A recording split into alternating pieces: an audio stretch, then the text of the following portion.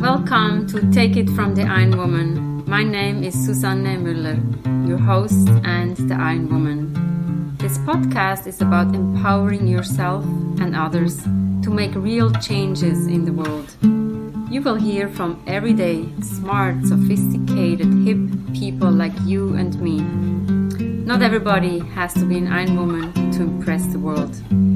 Together, we will learn from the sports and business leaders how you can become a more successful person as an entrepreneur or a leader. It's one step at a time, one day at a time. Take your steps now. Take your big steps now. Join me on this journey to success. Hello, everybody. This is Take It from the Iron Woman. And we have a very special guest today, Remi from Lagos, Nigeria. Who has ever met a person from Nigeria? I worked for the airline and I was very honored to meet many interesting people from that area from the world. So now Remi and I met through the Cherie Blair Foundation. And maybe, Remi, you can also tell us a little bit about the foundation. But first, we want to get to know you. Who is Remi who will be joining us today on this episode? Tell us a little bit about yourself. Okay, thank you. Like Susan said, my name is Oluremi Hamid. The full meaning of my name is actually Oluremi, which means God has wiped my tears. So maybe there was an event before I was born. So my parents deemed it fit that, maybe this baby came to wipe their tears. God gave them this baby to wipe their tears. I studied electrical engineering. I am a registered engineer. I practice here in Lagos, Nigeria. I am actually into renewable energy. I install solar solutions for homes and for small and medium businesses. I am married and I am a clean energy advocate. Very interesting. So we met through the Cherie Blair Foundation. Maybe tell us a little bit how you got through to them and found out about that initiative. Okay, so I met Suzanne through the Cherie Blair Foundation. She's actually my mentor. I got to know about the Cherie Blair Foundation about 2 years ago, but I was going through a mentorship program, so I just couldn't, cope with another program. So I made up my mind that I was going to apply the following year, which was 2019. I was fortunate to get a link when, the applications came out, and I applied, and I am thankful that I was selected. Mm-hmm. And I have since been connected to Suzanne to be my mentor. Now, the Cherie Blair Foundation was actually founded to help women entrepreneurs to grow their businesses.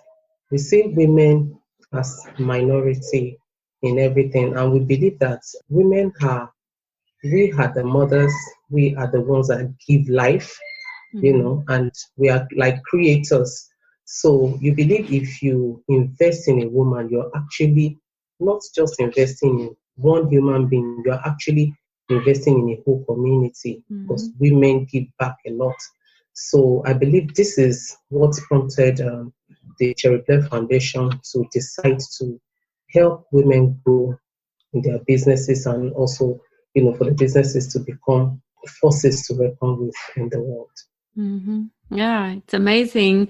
The statistic that we see with the foundation, how many women are flourishing. So I'm very happy. I've been a mentor for the past 4 years. Wow. So this is always an interesting journey for me, and also giving back and helping women to become successful.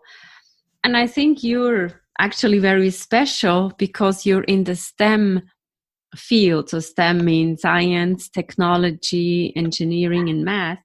So tell us a little bit about that. That's, for me, very interesting. Okay, so the acronym STEM, you just said the full meaning, is basically for people in the careers of engineering, mathematics, and sciences. And I don't know how the STEM acronym came about, but I believe it was formed to like encourage everyone to be innovative and creative.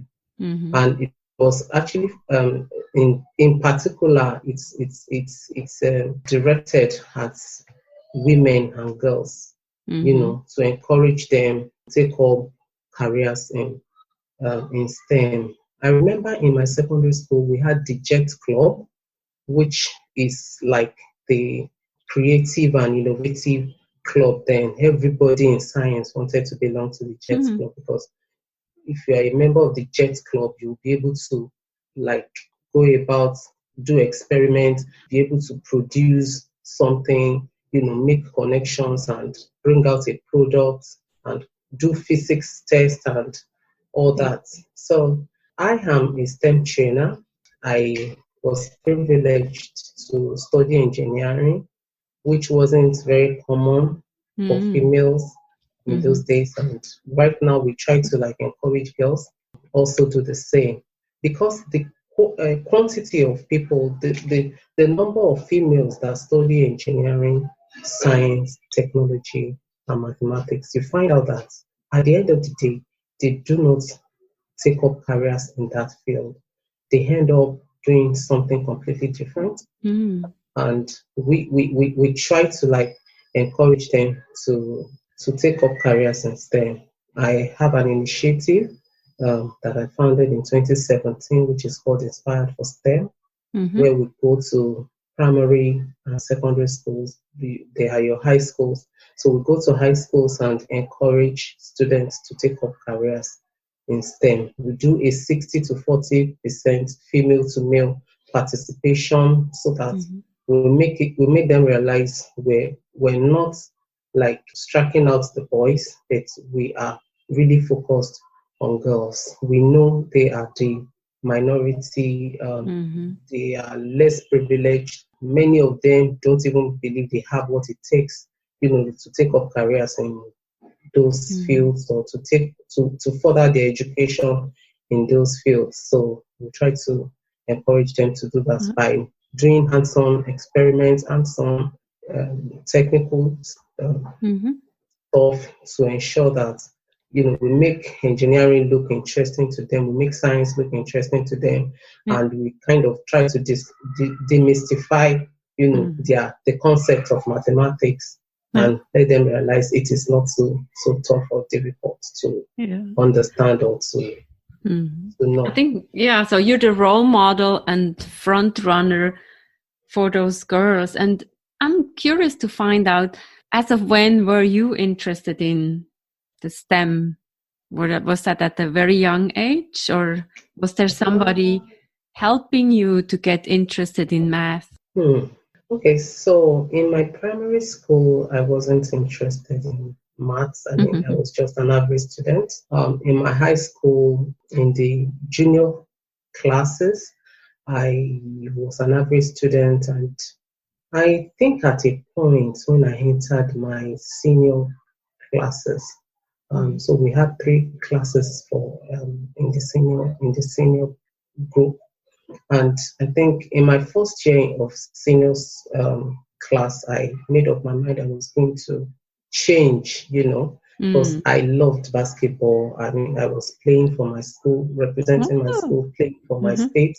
So, I mean, I was more focused on sports than on my academics then. I made friends with a friend that had the best result in the whole of my state after our junior school. And, my principal then will bring her out on the assembly and say, look at her. She is this. She's the best student in the whole of Oyo State. So I said, what? This girl is my friend. I am going to do better. So I think then I started concentrating more on my studies. And then I fell in love with maths and physics. And by my second year in senior class, I was already in love with further mathematics. So I made up my mind I was going to study computer science or computer engineering. Computer was the wave of the moment at that time. Everybody, it just came. So everybody wanted their kids to study computer. Yeah. So I wanted to study computer. Some of my friends wanted to study medicine. I was like, no, I cannot leave my physics and maths. I need to do something that has to do with physics and mathematics. So that was, I think it was my first year in senior class. Okay. I decided to, I fell in love with physics and mathematics. That's nice. I cannot say that I fall in love with math and physics, but I know everybody's a little different. But what I'm hearing now is that, so you gave up sports for mathematics and physics, is that correct? No, I didn't. I actually played basketball throughout my high school. You know, I played it until I left school. But I was able to share my time properly. Before it was, all my attention was on. So when I come in the morning, I mean, while others go to the assembly, I go to the court. You know, we play. Even during classes, sometimes we sneak out, you know, to just go play. After school, we go play. You know, all my time was play. You know, I had to play. But I mean, when I became more serious, I started giving more attention. So I'll play basketball in the morning and I give my studies attention after school. So I wasn't playing after school again. So it was always in the morning and then my academics after school. So I was able to focus on balance. There was a balance, you know, at that period for my senior classes. Yeah, there was a balance. And I mean, you know, one thing with mathematics is if you don't practice it, it is not easy for you to know. So I was devoting like 4 hours every day to maths. I mean, I was in love. So, I mean, the more you work it, the more you get it, the more you want to do more and all that stuff.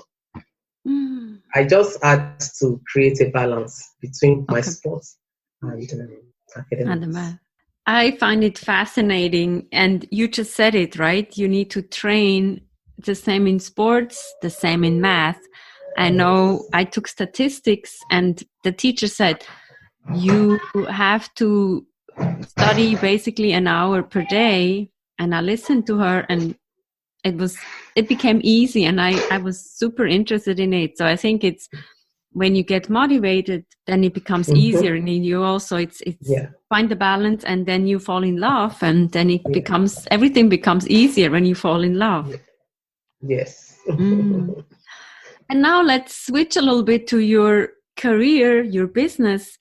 And again, that's not something that is my expertise, but I feel like with the Sherry Blair Foundation, I'm always learning something. So I'm really grateful for that. I don't get a person who is the same as me. So when it is a client, a mentee who is totally different than me, I'm also learning a lot. So what is your business? Tell the audience.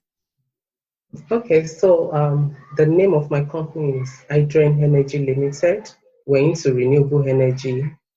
We provide solar solutions for homes and mini and micro businesses in Nigeria.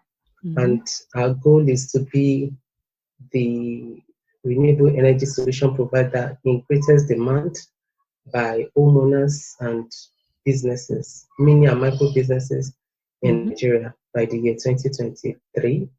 So we do solar solutions for homes and for businesses to power office equipment or home appliances for a minimum of 12 hours in a day. For offices, we do 12 hours. For homes, we do 24 hours. We know people go out of the house, you know, to come back home in the evening. We want them to have electricity from morning till the following day when the sun comes up. So because the solar energy is available and it is free, so all we need is to be able to get equipment that would capture the free energy that is coming from the sun. So that is basically what the customer is paying for. The energy from the sun is free and it's there and it is renewable. It will never be exhausted. It will always replenish itself over and over again. So that's what I do. And I've been in the business for a couple of years. I founded my own business about 2 years ago, and we started operation January last year. Sounds super interesting. And I remember the first time when we met, your goal, when I asked you what your goal is, you said you want to be successful and famous as the #1 solar expert in Nigeria, right? Yes. So we're working towards that. And Yes. what do you think is necessary? Maybe somebody in the audience might be able to help you. What do you need for today or tomorrow? Okay, so I think basically what most businesses need, just like me, is maybe investors, people who will believe in your dream for your business, people who can stand in and say, okay, I see your dream, I would love to help. Now, one of our dreams is to have, to be able to assemble our whole solar panels in Nigeria. Currently, most panels are imported from majorly China. Most of the products in the world right now are manufactured mostly in China. So we want to be able to have local content for solar panels, to have our own, made in the country panels. And I would really love to have maybe be able to represent some other companies here in Nigeria. Maybe my former business used to represent an American company here in Nigeria. We were the service center, we were the dealer.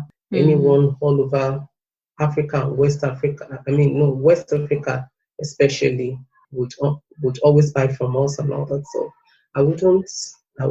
one of our vision is to be able to have a service center and represent an established OEM. Okay. Yes, that's original equipment manufacturer. Yeah, here in Nigeria. I think it's possible, right? So we need investors that believe in your business, and certainly you have a lot of sun in Nigeria, so the sun is helping you. Yeah. And do you have any inspiration or reflection or recommendation for girls or anybody who's listening here to get into this space? Like, what is the most important ingredients to be successful in your field? Okay, so I wouldn't want to say the most important ingredients. It's a combination of so many things. As a woman in engineering, as a woman that is a techpreneur, it takes a lot of resilience because you are in a male-dominated environment. You really, really need to believe in yourself. Many times, the men would always want you to feel like, no, you don't know it, you don't know anything, but you have to stand your ground. And as a girl, I remember my first year in school, I was the only female in my class until the following year when that was in my university. I was the only female in my class until the following year when 2 other girls came to join. And I didn't feel bad about it. Most of the guys were like, I was very popular in class because I was the only female. So everybody knew. I didn't know many of the boys. I would say that I had, I had fantastic results.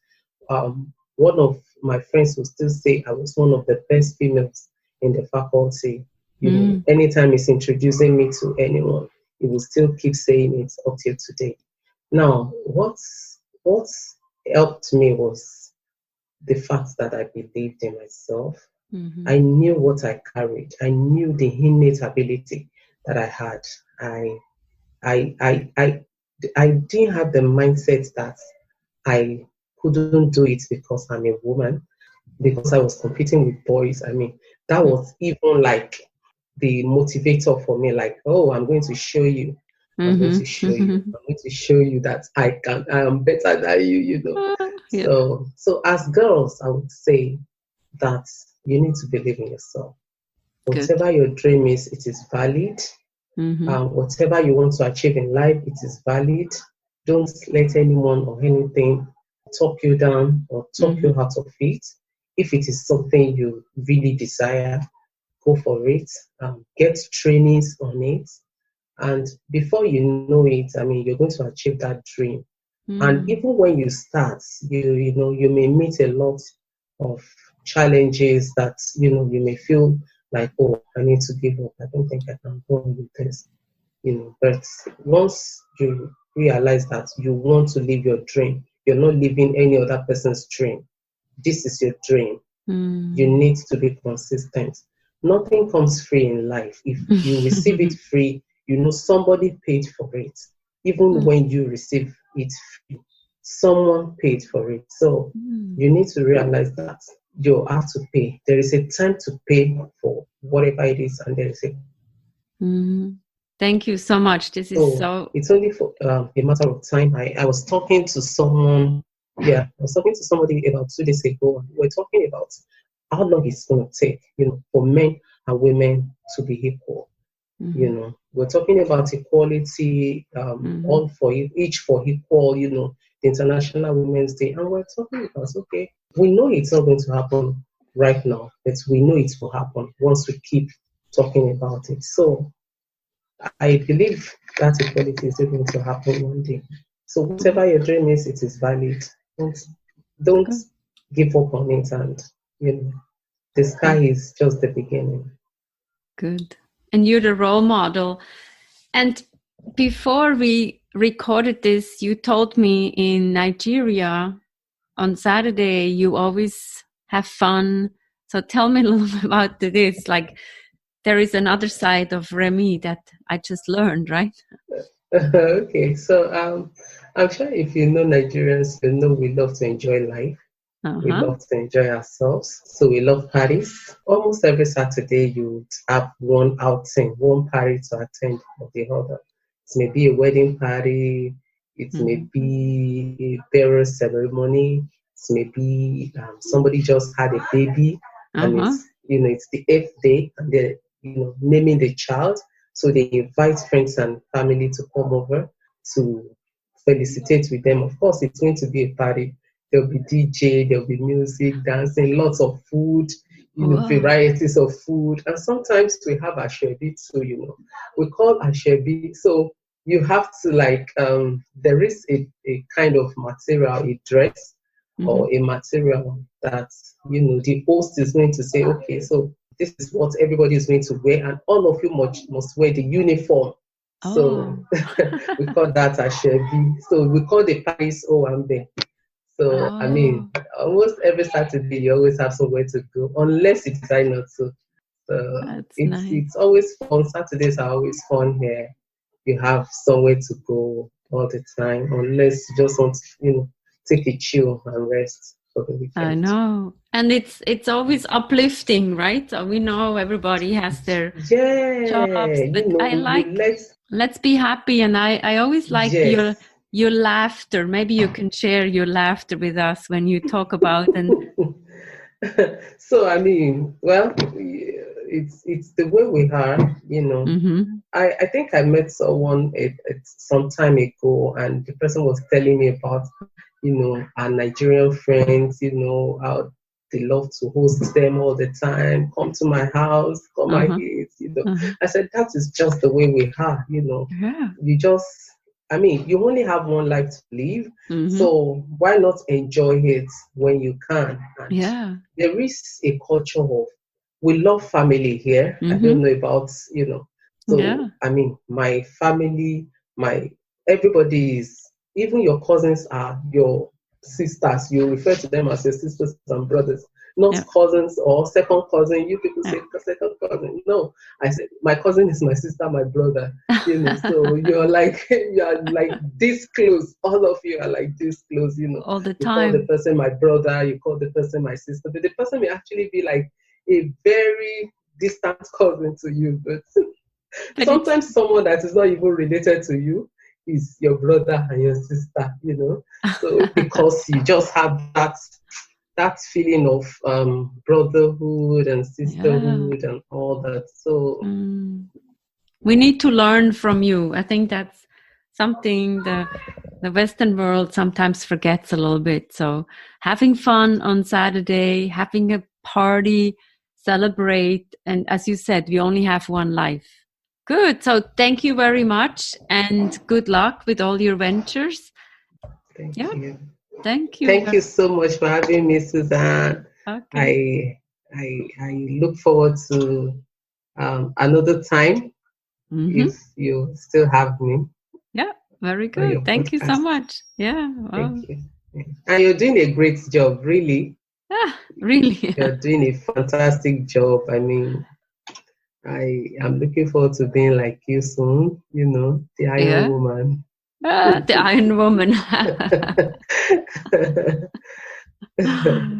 There's always learning, even if somebody is not in your field of expertise.